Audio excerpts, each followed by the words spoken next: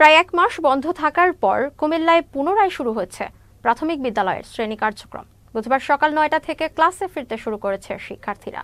অনেকটা উৎসব মুখর পরিবেশেই শুরু হয়েছে শ্রেণী কার্যক্রম। তবে সরকারি নির্দেশনার প্রথম দিন শ্রেণীকক্ষে শিক্ষার্থীদের উপস্থিতি ছিল কম। তবে দীর্ঘদিন পর স্কুলে ফিরতে পেরে খুশি শিক্ষার্থীরা। শিক্ষকরা জানান, বন্ধ থাকায় শিক্ষার্থীদের ক্ষতি পুষিয়ে দিতে কাজ করবেন তারা। এদিকে পুনরায় শ্রেণী কার্যক্রম শুরু হওয়ায় বিদ্যালয়ের নিরাপত্তার দিকেও জোর দেওয়ার কথা জানিয়েছে স্কুল কর্তৃপক্ষ।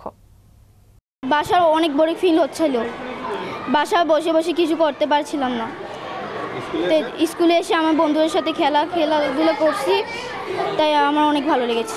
স্কুলে প্রথমে এসে বন্ধুদের সাথে দেখা হয়েছে, অ্যাসেম্বলি করছে, অনেক ভালো লাগছে।